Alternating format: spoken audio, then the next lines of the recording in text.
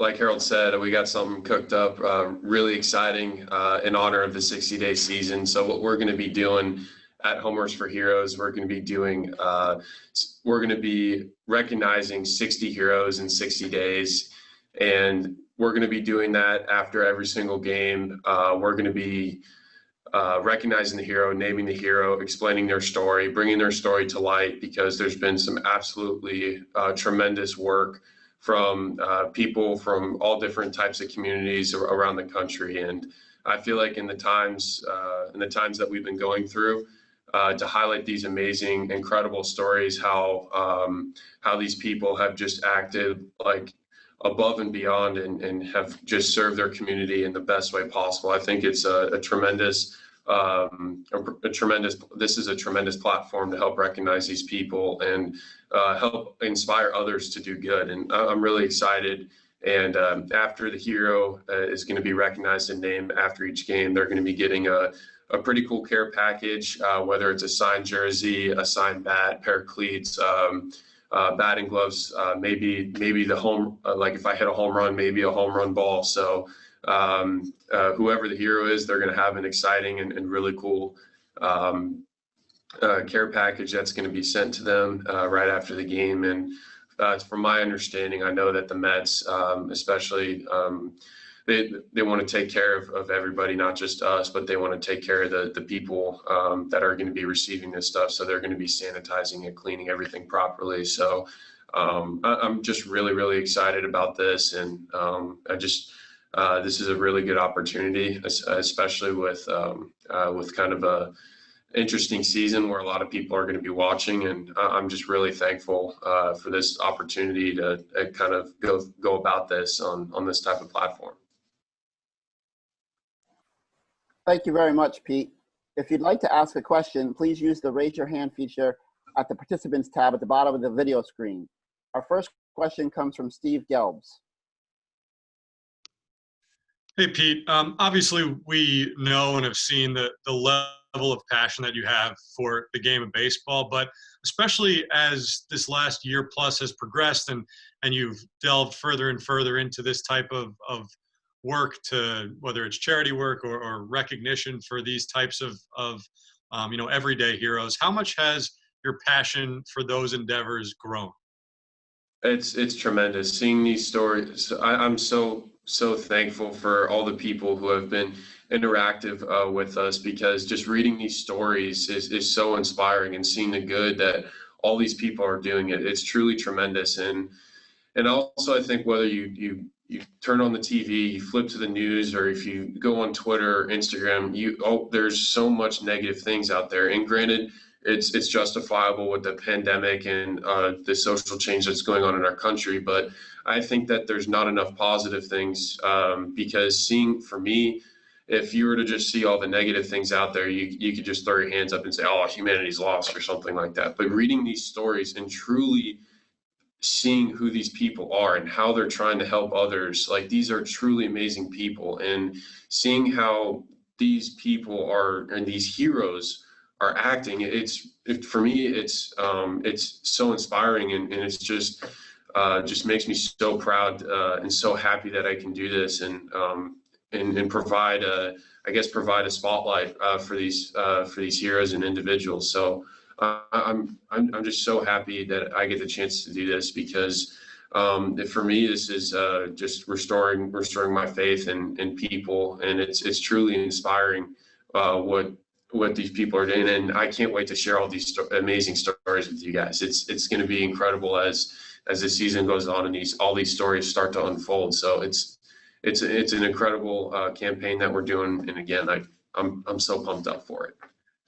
Speaking of being pumped up, obviously transitioning over to baseball now, we understand, and we've seen even throughout this shutdown, just how antsy you were to get going again.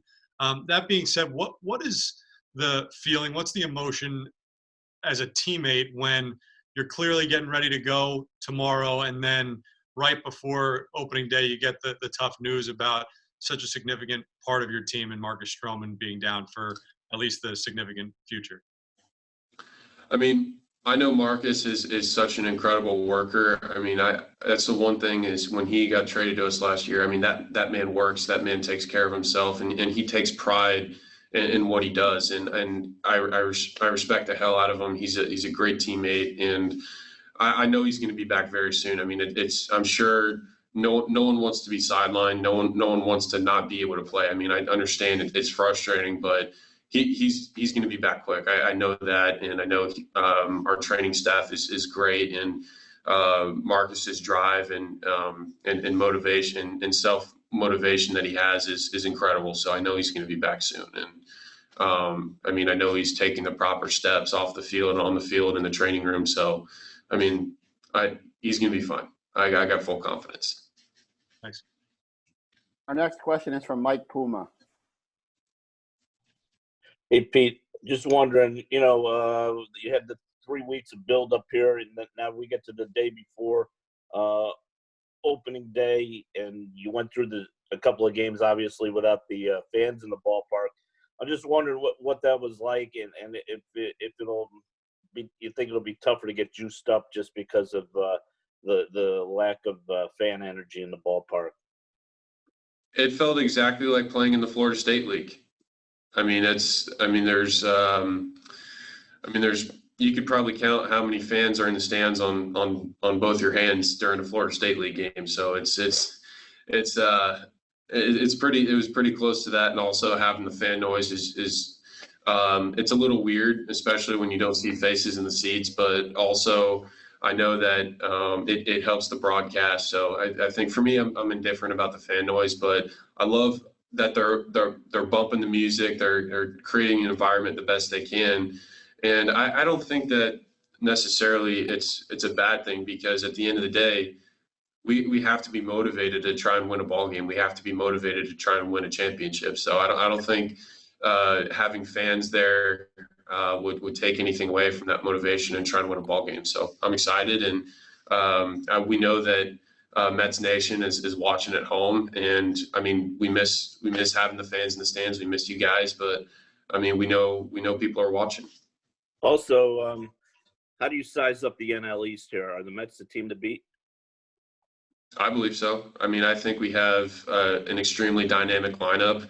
I think when we're hitting on all cylinders, I think we're an extremely dangerous lineup. We can beat you with speed. I think we can run the base as well. Also, I think we got a lot of power bats and guys that can hit for average. I think we have a really well-balanced lineup, and there's no easy out. And I think that for us, we got a great lineup. We also have a great pitching staff.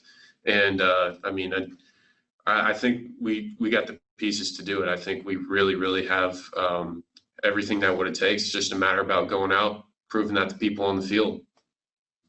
Thank you. Mm-hmm. Our next question is from Bruce Beck. Pete, after days, weeks, months, what's it going to be like when you finally step into the batter's box tomorrow? Oh man, that's a really good question. I got to let you know tomorrow, but right now I'm so amped up, and I'm so excited that we're gonna have baseball back, and I feel like this is going to be extremely helpful, not for people just in the baseball industry, like being able to go back to work and do what they love, but also for fans as well. Because for us, I mean, no matter which way you cut it, we're an entertainment business, and I'm really excited also to provide some relief for anybody who just wants to watch a baseball game and enjoy a sporting event. So I'm really excited to just I guess provide entertainment and provide a sense of relief and a sense of normalcy in a way. So I'm excited, and I feel like this season is going to mean a lot to a lot of people. Thank you, Pete. Good luck. Thanks, Bruce. Our next question comes from Justin Toscano. Hey, Pete. Hope you're well. When it comes to motivation for this season, I know you guys don't lack it, but how much, if at all, do you think about, the feeling of falling a few games short of the postseason last year after kind of such a good second half run?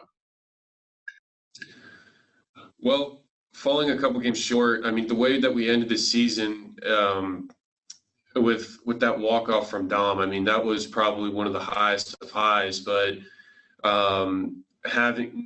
falling short of the postseason does leave a sour taste. And if you kind of reflect back, it's like, oh man, like there could have been this or there could have been that. And this year we don't want to leave anything in question. I mean, we just want to go do it. We want to be there, and we want to be competing for a championship. So, I mean, I think that we bottled up the feeling of going home in September and not playing in October. I mean, it's a sour feeling. It's not a good feeling because at the end of the day, you want to compete to win. And I think all of us, like you said, are extremely motivated, and I think we're going to find a lot out about our character and a lot about ourselves because we have the pieces. We just need to go out between the lines and go and do it. Yeah, and you guys have mentioned sense of urgency in a 60-game sprint, but how do you actually do that to make sure there isn't kind of a lapse at the beginning of the season, go out every day? Pay attention to details and play with your hair on fire, play inspired. Thank you. Of course. Our next question is from Justin Walters. Hey, Pete, I was wondering, while you're stepping in the batter's box, there may not be any fans in the stands, but of course they're cardboard cutouts. What do you think of the initiative? And is it nice to know that fans finally won't be distracted by their phones? Well, you never know because some fans may have their phones out watching the game at home, so you never know. But I mean, it is kind of nice. I mean, I think, yeah, it's safer because if someone's on their phone at a game and gets hit by a foul ball, I mean, you just hate to see that. I guess this way it's physically safer, but I mean, for me, I'd still rather have people in the stands. But I mean, Mets fans, we miss you, and we can't wait to have you guys back. Our next question is from Tina Cervasio. Hey, Pete. We're talking so much about having no fans in the stands, and how is your family? How is your family reacting to the fact that they're going to have to watch you on TV and you won't really be able to see them on home games or when you're on the road? What is that emotion like with your family right now? Well, I guess so. My parents usually they love coming and carving out time to watch me and my brother play. My brother he plays college lacrosse at Queen's University in Charlotte, and both of our season, or I guess like spring training being cut short, my brother's season cut short. It's really frustrating because they know how much love that both of us have for our sports, and not being able to come up. It's like they're just happy that I'm able to play and do what I love, but it's frustrating for them not to be there because they love obviously seeing me and seeing me play. So it's but they understand obviously because it's good to stay safe and be responsible because I just hope that everything else starts to open up soon. I hope we start keep going on a downtrend and getting rid of this thing. So I want everyone's season to be opened up. I want kids to go back to school. I want things to go back as much as normal as possible. But obviously, there's a big question mark. But we'll see. But I hope that for a lot of people, having a decreased number in cases and things like starting to open up a little bit. New York, we're in phase 4 this week, so it's a good thing. I mean, we're trending in the right direction, and we're just gradually making those steps, but slowly but surely.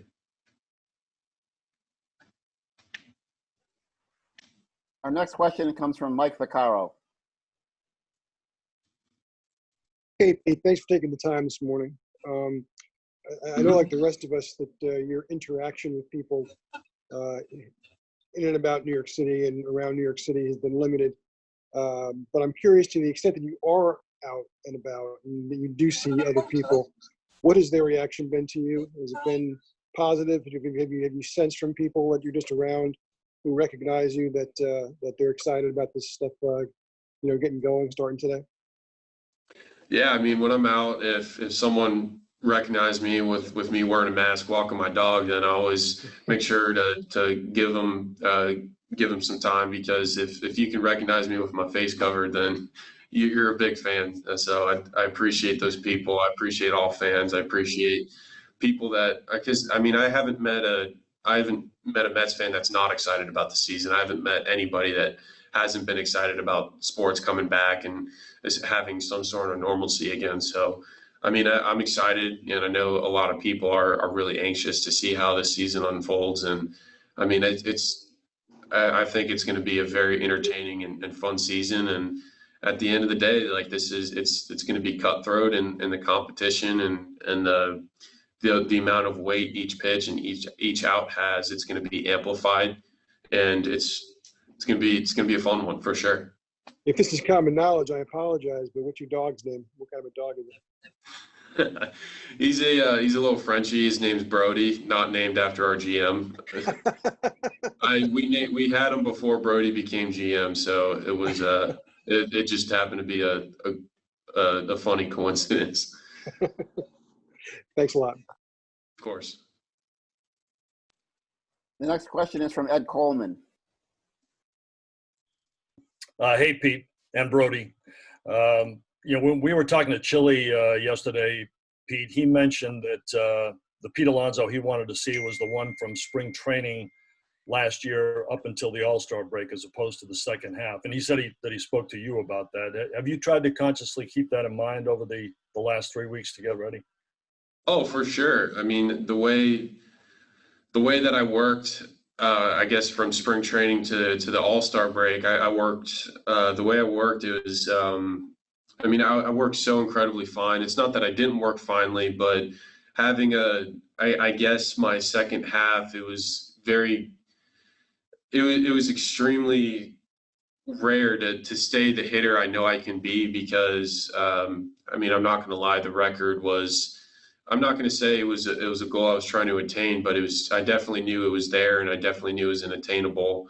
And there was times where I was swinging before the ball even left the pitcher's hand, and I felt like I didn't feel myself at the plate. I was hot and cold at times in the second half, and I guess what Chili has means by that is that I was so darn consistent, and not just hitting for power, but hitting for average, laying off tough pitches, and being a complete hitter. And that's what, and I guess that's what he stressed the most to me. He's like, look, if you're a good hitter, you're a big, strong guy. If you hit the ball in the sweet spot and make a good swing decision on a good pitch, ball's going to fly out of the yard, or it's going to have a chance to fly out of the yard. So, I mean, this year it's like as a rookie to break that record, I only had 1 year. So there's no more of that.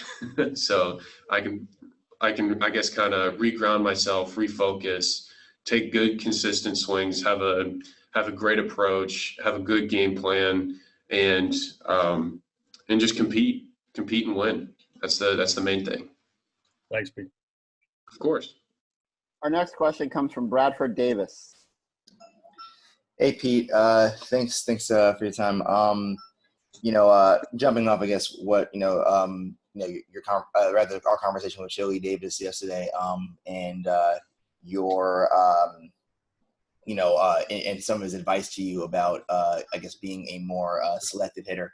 Maybe would you walk through some of the things that you were working on in the off season and even into camp to, I guess, make sure that you're swinging in the zone, you're not chasing pitches that aren't great. I think Chili said hitting bad breaking balls but not good ones, all that kind of stuff. Yep.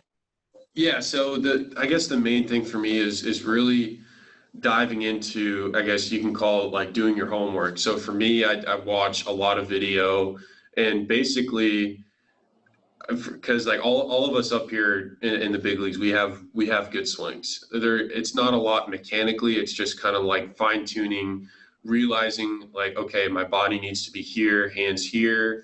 Like there's no necessarily like going back to square one or restarting a building block. It was more of like fine tuning or refining, just working on like the minutia. It's like, okay, so in order to do that, I have to watch video of when I'm going well. And also, how does that translate to pitch recognition and correlating that with the swing? Okay, if I'm swinging at good pitches, my swing is going to look absolutely unbelievable. But if I'm swinging at crap in the dirt or above my head, my swing's going to look terrible. It's because I'm swinging at bad pitches, and it's a matter of being in sync, staying on time, and and keeping a good rhythm. And for me, video helps a lot because I'm a pretty visual guy. I'm a visual learner. I like to see things before I really get to do them. So, and also, I'm a big video prep guy, especially with studying opposing pitchers. And for me, if I didn't have the amount of video and resources that we have for improving, then I don't know if I'd be the hitter I am. So I utilize all my resources to the best of my ability, so I can be prepared for the test, which is the game against the starter that day and the relievers that are likely to come out of the pen. Is there anything new that you added to that regimen, whether independently or through, or from Chili's advice to, I guess, continue to improve your game there? I wouldn't necessarily say that there's anything new. It's just a matter of just concentrating on what I do well and trying to elevate myself. And I guess being more prepared, and I feel like experience is great for me because last year it was my first rodeo. And this year I can study guys based off of a sample size, and I can really try and lock in on how they're trying to get me out over the course of the year. And I can use that experience and use that sample size to my advantage and have a better understanding of how I'm getting pitched and how they're gonna try and expose me. So I think that for me, I think having that greater sample sizes or a whole year of samples at bats and pitches, I think it's awesome. So I'm going to use that to my advantage in my prep work, and I guess right after I go home off this Zoom call, I'm going to be studying pitchers. I'm studying the Braves. Nice. Thanks, man. No, of course. Our next question comes from Jerry Beach. Hey, Pete. A lot's obviously happened since the last time you guys played a game that counted. Is the anticipation for tomorrow and opening day any different beyond the fact that it's taking place in late July instead of early April? I mean, I guess the only thing that changed is immediately you fast forward. I guess once you hit fast forward, now everybody's in that August, September mindset, like in that playoff push mindset, because if you can really capitalize on games during those times in a 162 game season, most likely your team is going to advance to the playoffs, or you're going to put yourself in a really good position for the playoffs. So now everybody's been playing 500 baseball, and August and September is going to be the separator. And whoever, I guess it's kind of more so true in the 162 as well as it is here. I guess whoever plays the best baseball in August and September, they're gonna go to the playoffs.